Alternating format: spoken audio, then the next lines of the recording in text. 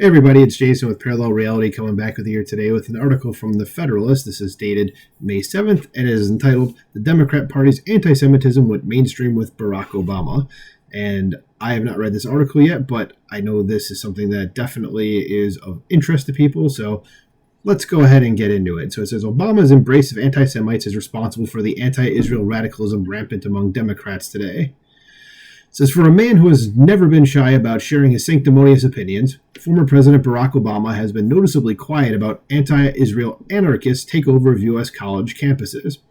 On Monday, Columbia University, Obama's alma mater, announced it will not host its university-wide commencement ceremony for this year's graduating class. That appears to be a response to the pro-Hamas demonstrations that have engulfed the school for weeks. The announcement came days after the university finally permitted law enforcement to arrest participants unlawfully occupying a school building. One would imagine the erection of illegal encampments and harassment of Jewish students at Columbia and other American universities would prompt outcry from any former president. Donald Trump, for example, has repeatedly condemned these demonstrators and their anti-Israel sentiments, but for Barack Obama, the task is seemingly too difficult. Since the launch of the Columbia encampments last month, Obama has issued a smattering of posts on X, none of which address leftist takeover of campuses throughout the country. While the former president wished Jews a happy Passover on April 22nd, he couldn't be bothered, to condemn the anti-Semitic behavior on display at his alma mater or any of America's post-secondary institutions. And we go into a section called Obama's Checkered Past. It goes without saying that if the aforementioned demonstrators were MAGA Republicans, protesting an Islamic country and harassing Muslim students, legacy media journalists, in scare quotes, would be relentlessly spamming the phone lines and emails of every GOP official in the country asking for condemnation. They will never hold Democrats to the same standard, and the refusal to call out Obama for ignoring the leftist occupation of universities shows it. While the media's inaction isn't surprising, neither is Obama's silence. Obama's decision to remain mum on the issue is representative of his behavior and the individuals encompassing him throughout his life. Allegations of Obama indulging anti-Semitism have existed long before he became president. Last year, for example, Tablet Magazine's David Samuels published a lengthy expose based on a question-and-answer interview with David Garrow, a longtime civil rights historian who authored a biography on Obama in 2017 entitled Rising Star. In his book, Garrow documented an argument between Obama and his longtime Chicago girlfriend, Sheila Miyoshi Jager. It allegedly started because the future president refused to condemn anti-Semitism and black nationalism. And the dispute occurred after the two reportedly visited an exhibit at Chicago's Spertus Institute about the 1961 trial of Adolf Eichmann, a Nazi who played a major role in organizing the Holocaust. It was during this time, according to Samuels, that Chicago politics was engulfed in controversy after Steve Coakley, a black mayoral aide, accused Jewish doctors in Chicago of infecting black babies with AIDS as part of a genocidal plot against African Americans. In Jager's recollection, what set off the quarrel that precipitated the end of the couple's relationship was Obama's stubborn refusal, after seeing the exhibit, and in the swirl of this Coakley affair, to condemn black racism, Samuels wrote. While acknowledging that Obama's embrace of a black identity had created some degree of distance between the couple, she insisted that what upset her that day was Obama's inability to condemn Coakley's comments. It was not Obama's blackness that bothered her, but that he would not condemn anti-Semitism, Samuels added. Even if one were to dismiss Jager's allegations and accept Obama's version of the argument, it still doesn't explain the prominent anti-Semitic figures the Illinois Democrat surrounded himself with before his presidency. I was about to say pregnancy. That would have been weird, but in this day and age, hey, you never know. So I wonder if it's going to go into specifically one person, and it's not who I see coming up next, but we'll get there. Maybe. We'll see. It says, in 2018, a photo surfaced showing Obama and well-known anti-Semite Louis Farrakhan smiling together during a 2005 Congressional Black Caucus meeting.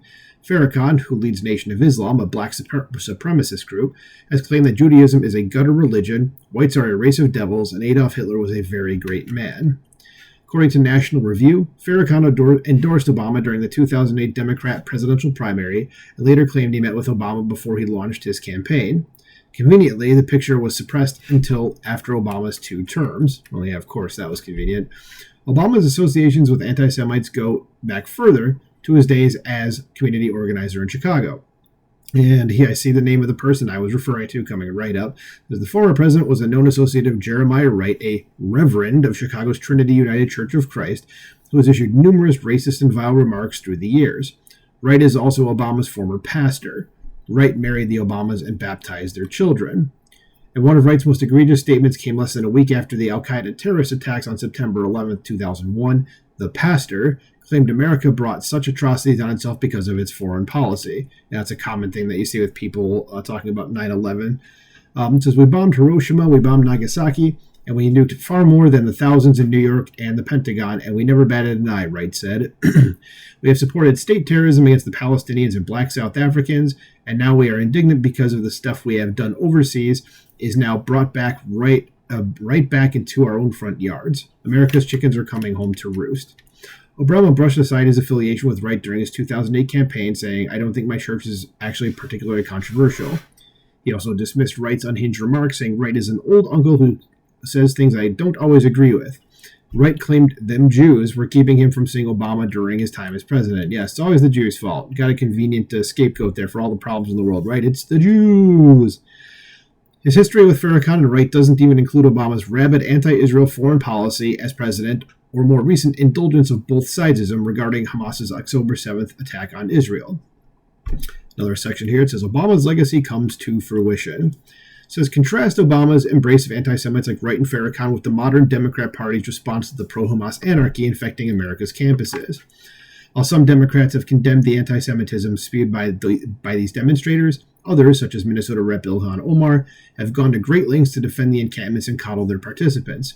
Omar, whose daughter was suspended by Columbia for her role in the anti-Israel demonstrations on campus, has repeatedly accused Israel of committing genocide against Palestinians in Gaza and issued numerous anti-Semitic statements. Well, you can throw the genocide stuff out. She's a liar. Go look up who her dad is, by the way, if you want to talk about how it's rich that she's bringing up a genocide being done. That isn't happening. Okay. Her father is actually responsible for one, but, whatever. What do I know? And also, I've done numerous other videos about why genocide isn't happening, and that just the numbers of dead don't seem to add up. Go check those out. There's a whole playlist that's the Israel and Palestine playlist, or whatever the hell it's called. I don't even know at this point.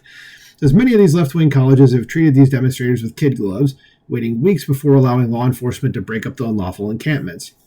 At the University of North Carolina, some professors are so committed to the leftist cause that they're withholding grades from students until the school reinstates individuals suspended for pro-Palestinian demonstrations on campus, according to a report by the Federalist Tristan Justice.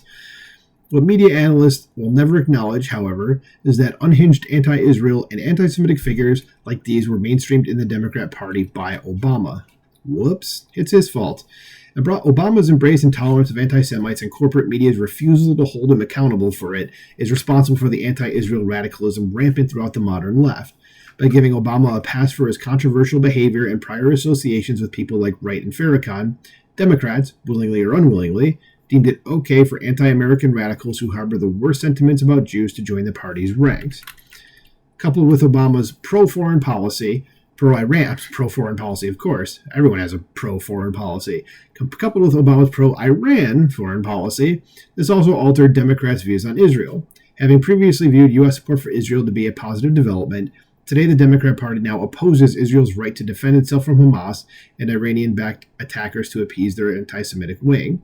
Whether he believes it or not, Obama's silence on the pro-Hamas movement infecting America's campuses speaks volumes. Yeah, and I mean, kind of a lot of stuff in this country, especially with what we're seeing with all the stuff on the left with the DEI stuff, was mainlined into it by this man right here. And I want any liberal person out there that listens to this, please tell me why you think he was a good president. What did he do? I mean, don't say Obamacare, because Obamacare has not really been great. Okay, it raised everybody's healthcare costs, which remember he said it wasn't going to do. So if you're going to if you're not use something else, please. Okay, because that's not even a win. But what has he done? No one's able to say it. They're just like, oh, he was awesome. Well, what did he do? And that's where the conversation goes silent. Anyway, I'm going to rant on him, so let's not do that. Let me know what you think about this in the comments below. Like, share, subscribe, and I will talk to you soon. Bye.